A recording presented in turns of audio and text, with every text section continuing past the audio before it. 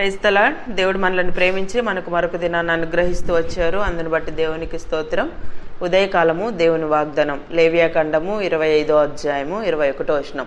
నేను నా దీవెన మీకు కలుగునట్లు ఆజ్ఞాపించదను. సో దేవుడు మనల్ని ప్రేమించి దినమంతటి కొరకై ఈ శ్రేష్టమైన ప్రశస్తమైన వాగ్దానాన్ని మనకు అనుగ్రహిస్తూ వచ్చారు. నేను నా దీవెన మీకు కలుగునట్లు ఆజ్ఞాపించదను అంటే దేవుడే స్వయాన చెప్తా ఉన్నాడు, నేను నా దీవెన మీకు కలుగునట్లు ఆజ్ఞాపించదు. అంటే దేవుడు ఆజ్ఞాపిస్తేనే మన జీవితంలో మనము ఆశీర్వాదాన్ని దీవెనను మనం పొందగలం. సో దేవుని యొక్క వాక్యంలో మనం చదివినట్లయితే, సో మీరు ఒకరినొకరు బాధింపక నీ దేవునికి భయపడవలను, నేను మీ దేవుడునైనా యెహోవాను. కాబట్టి మీరు నా కట్టడలను నా విధులను గైకొని వాటిని అనుసరించి నడుచుకొనవలను. అప్పుడు మీరు ఆ దేశంలో సురక్షితంగా నివసించెదరు. ఆ భూమి ఫలించును, మీరు తృప్తిగా భుజించి దానిలో సురక్షితంగా నివసించెదరు. 7వ ఏట మేము ఏమి తిందుము, ఇదిగో మేము చల్లని పంట కూర్చొని వల్లగాదే అనుకుందరేమో. అయితే నేను 6వ ఏట నా దీవెన మీకు కలుగునట్లు ఆజ్ఞాపించను, అది 3 ఏండ్ల పంటను మీకు కలుగచేయను. మీరు 8వ సంవత్సరంన విత్తనములు విత్తి 9వ సంవత్సరం వరకు పాత పంట తినెదరు, దాని పంటను కూర్చు వరకు పాత దానిని తినెదరు. అందుకే దేవుడు ఉదయకాలం వాగ్దానం చేస్తూ ఉన్నాడు, దేవుడు ఆజ్ఞాపిస్తే, దేవుడు దీవెన కలగాలి మన జీవితంలో. ఆయన ఆజ్ఞాపిస్తే మన జీవితంలో ఆ ఆజ్ఞ ఎలా ఉంటుందంటే సమృద్ధి అయినటువంటి అంటే ఫలం, సమృద్ధి అయినటువంటి ఆశీర్వాదం, సమృద్ధి అయినటువంటి జీవంతో కూడినటువంటి సంతృప్తినిచ్చేటువంటి ఆశీర్వాదాన్ని దేవుడు మనకు అనుగ్రహించేటువంటి వారుగా ఉంటారు అనమాట. దేవుడు ఆజ్ఞాపిస్తే అది 3 ఏండ్ల పంటను మీకు కలగచేయను. అంటే దేవుడు ఆజ్ఞాపించినప్పుడు అదంటే 3 సంవత్సరాలు మనం పంటను సమకూర్చినంత ఆశీర్వాదం ఒక్క ఆజ్ఞ ద్వారా దేవుడు మనకు అనుగ్రహించేటువంటి వారుగా ఉంటారు. ఎప్పుడైతే దేవునికి మనం భయపడతామో, దేవుని యొక్క ఆజ్ఞలను ఆయన యొక్క విధులను అనుసరించి మనం నడుచుకుంటామో, అప్పుడు మనం నివసిస్తున్న దేశంలో కూడా మనకి సురక్షితమైన భద్రత దేవుడు మనకు అనుగ్రహిస్తాడు. అంతేకాదు ఫలింపుతో కూడిన జీవితాన్ని మనకు అనుగ్రహిస్తాడు. మీరు తృప్తిగా భుజించి దానిలో సురక్షితముగా నివసించెదరు. అంటే దేవుని యొక్క ఆజ్ఞ, ఆయన నోట నుండి ఆజ్ఞ బయలుదేరితే ఇంత శ్రేష్టమైన సమృద్ధి అయిన ఆశీర్వాదాన్ని దేవుడు మనకు అనుగ్రహించేవారుగా ఉంటారు. ద్వితీయోపదేశకాండం 28వ అధ్యాయం 8వ వచనం చదివితే, నీ కొట్లలోను నీవు చేయు ప్రయత్నములన్నిటిలోనూ నీకు దీవెన కలుగునట్లు యెహోవా ఆజ్ఞాపించును, నీ దేవుడైన యెహోవా నీకిచ్చుచున్న దేశంలో ఆయన నిన్ను ఆశీర్వదించును. సో దేవుడే మనకి దీవెన కలిగినట్లు ఆజ్ఞాపించే దేవుడు.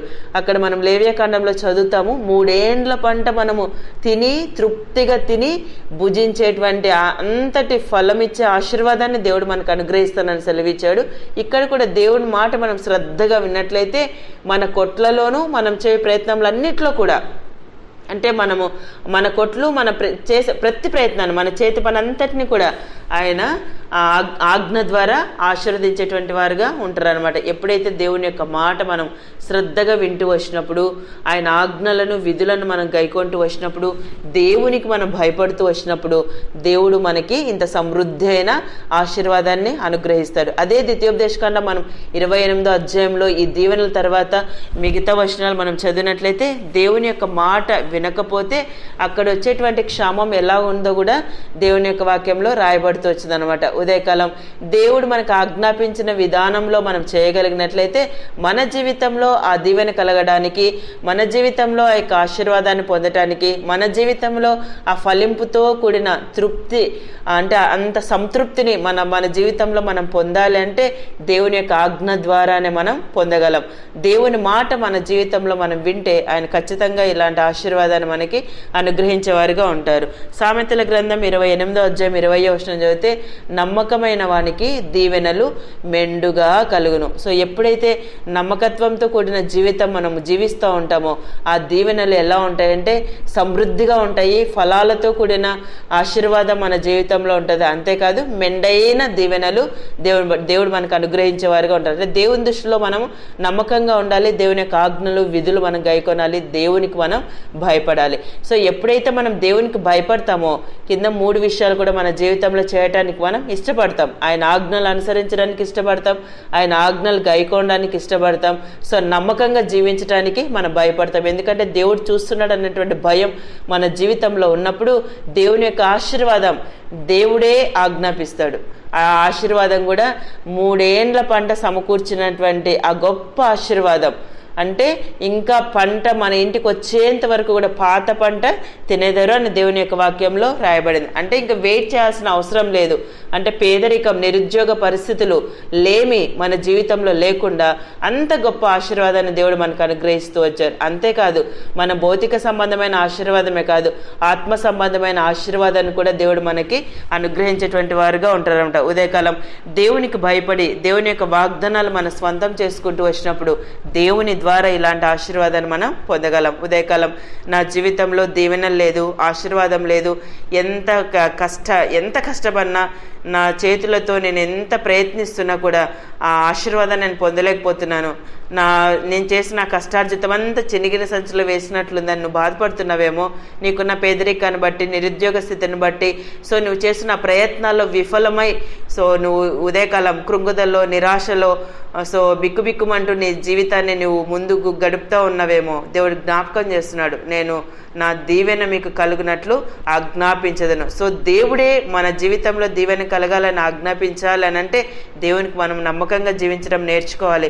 భయభక్తులతో కూడిన జీవితం మనం జీవిస్తూ వచ్చినప్పుడు అన్ని విషయాల్లో అబ్రహాంను ఆశీర్వదించిన దేవుడు మనలను కూడా అన్ని విషయాల్లో ఆయన ఆశీర్వదిస్తాడు. సో ఉదయకాలం దేవుడు అనుగ్రహించిన ప్రశస్తమైన వాగ్దానం మన జీవితానికి అన్వయించుకొని ముందు కొనసాగినట్లు ప్రభు మనందరికీ సహాయం చేయను గాక. ప్రార్థన చేసుకుందాం. ప్రియమైన తండ్రి, మీకు వందనాలు. యేసయ్య, మమ్మల్ని ప్రేమించి మాకు అనుగ్రహించిన ఈ శ్రేష్టమైన వాగ్దానాన్ని బట్టి స్తుతిస్తున్నాను ప్రభా.